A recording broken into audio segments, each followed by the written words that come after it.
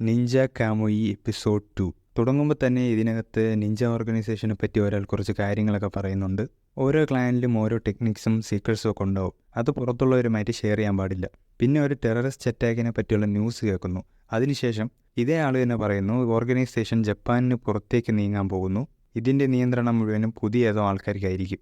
അതുകൊണ്ട് തന്നെ ഇനി മുതൽ ഇതിൻ്റെ സീക്രട്സ് മുഴുവനും പുറത്തുള്ളവരുമായിട്ട് ഷെയർ ചെയ്യാവുന്നതാണ്.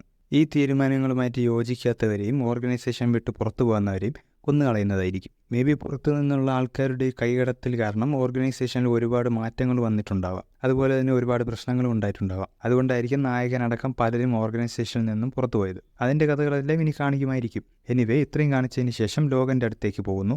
അവൻ്റെ ഫാമിലിയെ കൊന്നവരുടെ ലീഡറിനെ തല കീഴായിട്ട് കെട്ടിയിട്ട് ടോർച്ചർ ചെയ്തുകൊണ്ടിരിക്കുകയാണ്. അവനെ കഴിഞ്ഞ എപ്പിസോഡിൽ തന്നെ കൊന്നു കളഞ്ഞു എന്നാണ് വിചാരിച്ചത്. പക്ഷേ കുറച്ച് കാര്യങ്ങളൊക്കെ അറിയാൻ വേണ്ടി ഇപ്പോഴും ജീവനോടെ വെച്ചിട്ടുണ്ട്. ലോഗനും അത്ര നല്ല കണ്ടീഷനിലൊന്നും അല്ല. കഴിഞ്ഞ ഫൈറ്റിൽ നല്ല രീതിക്ക് തന്നെ ഡാമേജ് കിട്ടിയിട്ടുണ്ട്. അപ്പോഴാണ് അവൻ്റെ കൂട്ടുകാരൻ അവിടേക്ക് വരുന്നത്. ഇപ്പോൾ ലോഗൻ നിൽക്കുന്നത് അയാളുടെ സ്ഥലത്താണ്. അയാളും ഈ ഓർഗനൈസേഷനിൽ ഉണ്ടായിരുന്ന ആളാണ്. പോരാത്തതിനൊരു ഡോക്ടറും കൂടിയാണ്. അയാൾ ലോഗനോട് ചോദിക്കും, എന്താണ് ഇപ്പോൾ മാസ്ക് വയ്ക്കാത്തത്? അപ്പോൾ ലോഗൻ പറയും, ഇനി മാസ്ക് വെച്ചിട്ടും കാര്യമില്ല. മാസ്ക് വെച്ചാലും ഓർഗനൈസേഷനെ ഇവരെ കണ്ടുപിടിക്കാൻ എന്തോ വഴിയുണ്ട്.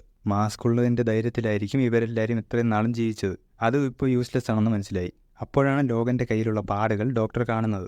അത് ഏതോ സീക്രട്ട് ടെക്നിക്ക് ഉപയോഗിച്ചത് കൊണ്ടാണെന്ന് അയാൾക്ക് അപ്പം തന്നെ മനസ്സിലാവും. അത് ഡേഞ്ചറസ് ആണ്, ഇനി ഉപയോഗിച്ച് കഴിഞ്ഞാൽ ഉറപ്പായിട്ടും മരിക്കുമെന്ന് അയാൾ പറയും. കഴിഞ്ഞ എപ്പിസോഡിൽ ഈ ഒരു ടെക്നിക്ക് ഉപയോഗിച്ചതിന് ശേഷമാണ് അടിപൊളിയായിട്ട് ലോഗൻ ഫൈറ്റ് ചെയ്യാൻ പറ്റിയത്. അതായത് കൈയിനകത്തൊരു നീഡിൽ വെച്ചിട്ടുണ്ടായിരുന്നു. അത് പുറത്തെടുത്ത് തോളിൻ്റെ ഭാഗത്ത് കുത്തിയതിന് ശേഷം ഒരു പ്രത്യേക രീതിയിലുള്ള ഫൈറ്റിംഗ് ആയിരുന്നു. വില്ലന്മാർ വീട്ടിൽ വന്ന സമയത്തും ഈ സംഭവം തന്നെ ചെയ്യാൻ നോക്കിയതാണ്. പക്ഷേ നീഡിൽ കയ്യിൽ നിന്ന് പുറത്തെടുക്കാൻ വേണ്ടി പോയപ്പോഴേക്കും വെട്ടുകണ്ട് വീണു. ട്രീറ്റ്മെൻ്റ് എല്ലാം കഴിഞ്ഞിട്ട് വീണ്ടും വില്ലനെ ടോർച്ചർ ചെയ്യാൻ വേണ്ടി പോകും.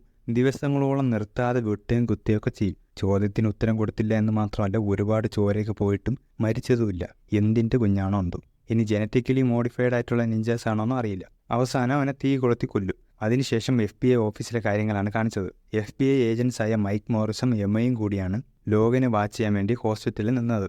മൈക്ക് അവൻ്റെ കാർഡ് ലോഗന് കൊടുത്തിട്ടുണ്ടായിരുന്നു. അതിനുശേഷമാണ് ലോഗനെ വില്ലന്മാർ ആക്രമിച്ചതും ലോഗൻ അവരെല്ലാം കൊന്നിട്ട് എങ്ങോട്ടോ പോയതും. പക്ഷേ ഈ ഒരു കേസിൽ നിന്നും മൈക്കിനെ പുറത്താക്കിയെന്നാണ് മൈക്കിൻ്റെ ബോസ് പറയുന്നത്. ഇതിനെക്കുറിച്ച് കൂടുതലൊന്നും അന്വേഷിക്കാൻ നിൽക്കേണ്ട, വിട്ടുകളയാനും അയാൾ പറയുന്നു. അയാളുടെ സംസാരം കേൾക്കുമ്പോൾ തന്നെ അറിയാം അയാൾക്ക് എന്തൊക്കെയോ ഇതിനെപ്പറ്റി നല്ല രീതിക്ക് അറിയാം. മേ ബി ഈ ഒരു ഓർഗനൈസേഷൻ അല്ലെങ്കിൽ സിൻഡിക്കേറ്റിന് ഗവൺമെൻറ്റിലോ പല സ്ഥലങ്ങളിലോ നല്ല പിടിപാടുകൾ ഉണ്ടാവാം. അല്ലെങ്കിൽ ഗവൺമെൻറ്റിന് തന്നെ ഈ ഒരു ഓർഗനൈസേഷനുമായിട്ട് ഡയറക്റ്റ് ഇൻവോൾവ്മെൻ്റ് ഒക്കെ ഉണ്ടാവാം. അതുകൊണ്ട് തന്നെ കൂടുതൽ ചെയ്യാൻ നിന്ന് കഴിഞ്ഞാൽ പണിയാവുമെന്ന് അയാൾക്ക് തന്നെ അറിയാം. അതുകൊണ്ടായിരിക്കും കേസ് ഡ്രോപ്പ് ചെയ്യാൻ പറഞ്ഞത്. പക്ഷേ മൈക്കും എമ്മയും ലോഗനെ പറ്റി കൂടുതൽ അന്വേഷിച്ചുകൊണ്ടേയിരിക്കുകയാണ്.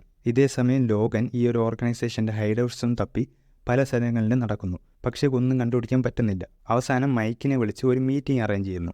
FBIക്ക് എന്തെങ്കിലും ഇതിനെപ്പറ്റി തുമ്പ് കിട്ടിയിട്ടുണ്ടെങ്കിൽ അതറിയാൻ സാധിച്ചു കഴിഞ്ഞാൽ അത് ലോഗന് വളരെ യൂസ്ഫുൾ ആയിരിക്കും. പക്ഷേ മീറ്റിങ്ങിനിടയ്ക്ക് തന്നെ മൈക്ക് ലോഗനെ അറസ്റ്റ് ചെയ്യാൻ പോകുന്നു. അപ്പോൾ അവിടെ വേറൊരു നിഞ്ച വരുന്നു. പിന്നെ ഇവനും ലോഗനും തമ്മിൽ ഫൈറ്റാണ്. ഫൈറ്റ് ചെയ്തുകൊണ്ടിരിക്കുമ്പോൾ തന്നെ വില്ലൻ്റെ 2 കൈകൾ 4 ആവും. അതിനെ കൗണ്ടർ ചെയ്യാൻ വേണ്ടി ലോഗൻ അവൻ്റെ ടെക്നിക്ക് ഉപയോഗിക്കും. ഫസ്റ്റ് എപ്പിസോഡിൽ ഉപയോഗിച്ച അതേ ടെക്നിക്കാണ്. പക്ഷേ ഹാൻഡ് സൈൻസും അതിൻ്റെ ഉപയോഗവും വ്യത്യാസമുണ്ട്.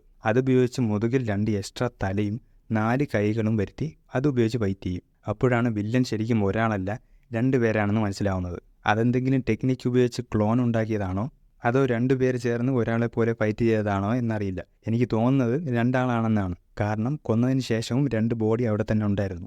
അപ്പോഴേക്കും വേറെ കുറച്ച് പേര് അവിടേക്ക് വന്ന് ഒരു റോക്കറ്റ് ലോഞ്ചർ ഉപയോഗിച്ച് ആ സ്ഥലം മുഴുവനും പൊളിക്കും. പക്ഷേ മൈക്കും ലോഗനും രക്ഷപ്പെടും. അവസാനം മാസ്റ്റർ എന്ന് പറഞ്ഞൊരു കിളവനെ കാണിച്ചാണ് എപ്പിസോഡ് തീർന്നത്. ഇയാളാണോ ഇതിൻ്റെ എല്ലാം തലവൻ, അതോ ഇയാൾക്ക് മുകളിൽ ഇനിയും വേറെ ആൾക്കാരുണ്ടോ? സെക്കൻഡ് എപ്പിസോഡിൽ തന്നെ മെയിൻ വില്ലനെ കാണിക്കാനുള്ള ചാൻസും കുറവാണ്. എന്തായാലും ഫസ്റ്റ് എപ്പിസോഡ് പോലെ തന്നെ സെക്കൻഡ് എപ്പിസോഡും പൊളിയായിരുന്നു. പിന്നെ ഒരുപാട് കാര്യങ്ങളൊക്കെ എക്സ്പ്ലെയിൻ ചെയ്ത് തന്നെ വച്ചിട്ടുണ്ട്. സാധാരണ മിക്ക അനിമേസിലും അതിനകത്തുള്ള കാര്യങ്ങളെല്ലാം അതായത് സമയങ്ങളിൽ എക്സ്പ്ലെയിൻ ചെയ്തായിരിക്കും പോകുന്നത്. അതിനു വേണ്ടിയിട്ട് ഒരുപാട് എക്സ്പോസിഷൻസും വരാറുണ്ട്. പക്ഷേ ഇതിനകത്ത് ഇതുവരെയും അങ്ങനെയൊന്നും വന്നിട്ടില്ല. അതെന്തായാലും നന്നായി. അല്ലെങ്കിൽ എക്സ്പ്ലനേഷൻസിന് വേണ്ടി തന്നെ ഒരുപാട് സമയം വേസ്റ്റ് ആയതിന്. അതിനേക്കാളും ഓരോന്നും കണ്ട് മനസ്സിലാക്കുന്നതായിരിക്കും നല്ലത്.